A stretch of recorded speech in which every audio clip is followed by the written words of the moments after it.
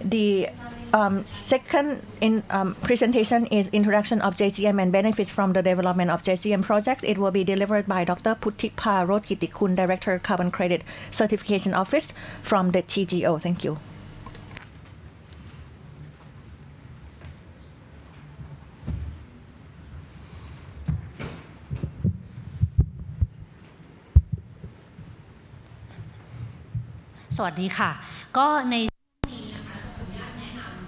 Good morning, distinguished guests, and we have heard already from the first presentation in terms of conceptual framework of the JCM mechanism, and I'm going to delve into further details regarding JCM benefits.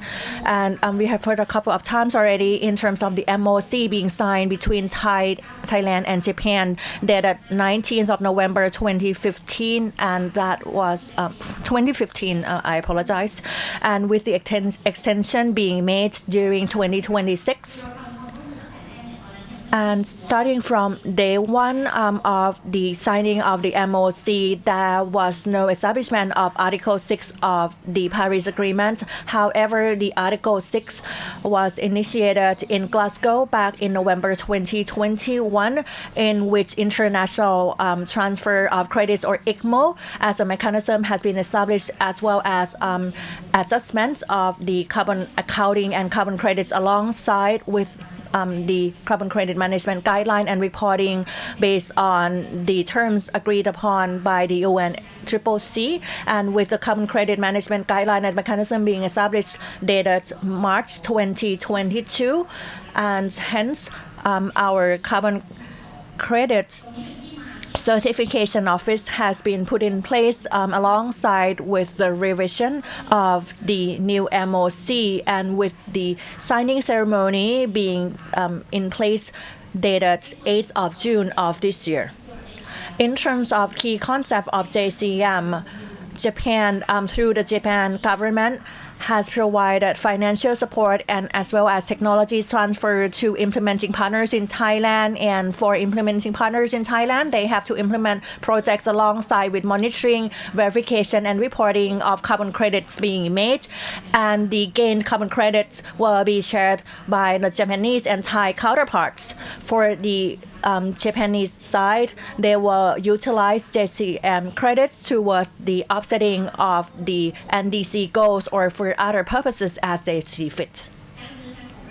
In terms of implementation in Thailand, currently we have 48 JCM model projects in total with estimated greenhouse gas reduction of up to 244 billion CO2 equivalent per year, and additional registered projects. However, the numbers are not aligned with the number previously presented by the Japanese counterpart. It was mentioned first off that there were 51 projects. However, 3 projects have been cancelled so far, and through MOE and METI, they have supported F-gas recovery and open MAQ. So these are additional projects that have been further supported.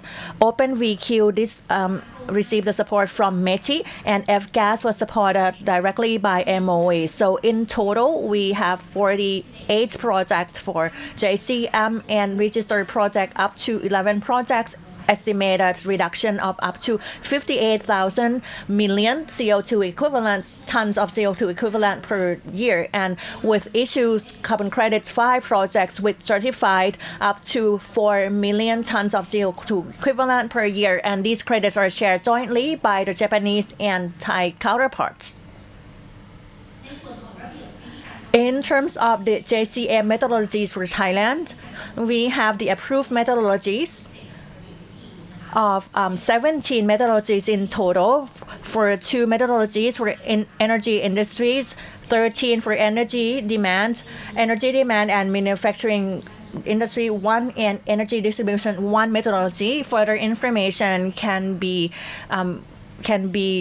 considered from the JCM's website, can be referred to from the JCM website, and this also marks the signing ceremony of the MOEJ, which is the most recent, dated the 8th of July 2024. The signing ceremony was conducted by our Deputy Prime Minister and the Minister of Natural Resources and the Environment of Thailand and the Minister of MOE from Japan as well. In terms of the amendments of the new JCM, the cooperative approach under Article 6.2 has been put in place, and JCM is founded upon Article 6.2, in which joint crediting mechanism can be established and the credits can be shared across different countries. And in terms of carbon credits that are shared, the Japanese counterpart will contribute to the carbon offsetting mechanism towards the NDC, and to avoid double counting with the home country will have to carry out the corresponding adjustment. And in this case, the partner country, which is Thailand, will have to adjust their carbon crediting mechanism as well. And also, we need to ensure that the RC and safeguarding principles are put in place, along with authorization, ITMO, and also other issues which will be further discussed. In terms of implementation, it is divided into 4 phases, starting from the JCM plan project, and with the MOE from Japan, or the participating partner submitting the PIN to the joint committee, and the JC will approve the plan projects, and PDD will have to be further developed and submitted to the Japanese government alongside with the TGO, so that the projects will be properly registered in the Thai database. After that, the project owner will have to submit additional documents, and the Japanese government will consider and approve the issuance of the credits, and additional submittal of documents will have to be in place to ensure authorization of credit transfers. And with the CCE considering the fulfillment of authorization, and the letter of authorization will be issued by the DCCE, and TGO will approve and issue credits. And finally, in terms of the carbon credit accreditation, project participants will have to ensure that they verify, measure, and report carbon credits that are gained with submittal of documents to the TGO and the Japanese government for the final approval of the credits and to proceed with the international transfer.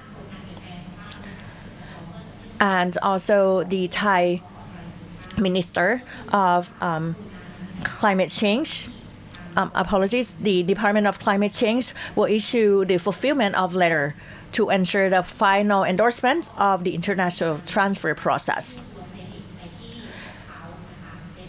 TGO will issue the credits to special accounts and holding accounts. The holding account belongs to the Thai part, and the special account belongs to the Japanese part. And that will facilitate the transfer projects. So in the special account, the duplicate credits will be cancelled in the Thai part, and the Japan government will issue its credits in the holding account and adjust the credits in its own account, and with letter of authorization of credits being transferred. And that recaps the project development process. And in terms of further planning of projects, Dr. Pavina will provide you with additional information. This is a sample project and functions also roles and responsibilities of different parties. On the left-hand side, for the Thai project participants, they will receive subsidies for the implementation or for project development, and the Thai project participant will do the project implementation alongside with monitor, measure, verify, and report the credits. For the Japanese project, there will be an international consortium being set up with subsidies being forwarded or disbursed to the Thai operating counterpart, with reporting put in place for the Japanese government and for the request for the credit issuance. This is the perovskite solar cell system with battery storage system project with Magnica projects alongside with Sena Property, and the PIN or the project idea notes was approved in September this year. So the perovskite solar cell system with the storage systems were installed as part of this project. In terms of benefits to be gained for the Thai project participants, in addition to receiving the subsidy from the Japanese government, the carbon credits that the Thai participants are entitled to can be utilized for carbon offsetting or for the carbon credit and carbon footprints for organization, product, events, or individuals. And currently, there are significant demands from climate action leading organizations, which are part of the carbon neutral network of Thailand. And for listed companies, they will have to disclose the carbon credits and carbon offsetting credits in their one report alongside with the TGO guidelines. And the TWER and JCM mechanisms are entitled for offsetting of carbon footprint.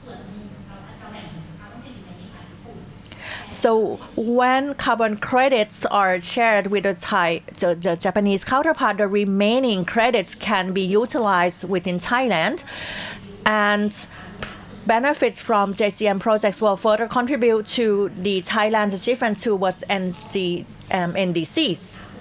And on December the 11th, the Cabinet has recently approved the National Greenhouse Gas Mitigation Action for 2021 to 2030, which will capture the reduction of greenhouse gas emission of up to 40% based on domestic support and international support.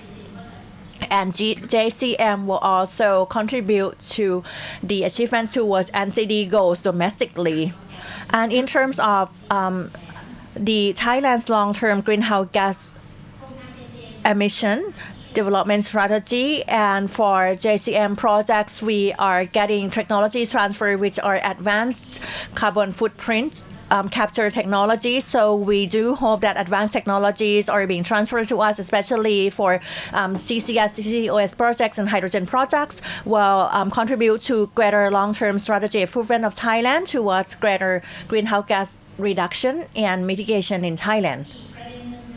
Another key benefit that can be gained from JCM projects is their contribution towards sustainable development goals in Thailand, and the perovskite projects, which was mentioned previously, will contribute to 4 domains of sustainable development achievements, such as affordable and clean energy uptake, when solar cells and PV panels are utilized for energy generation, and which contribute to goal number 7, and for SDG goal number 9, it will contribute to low carbon technology adoption.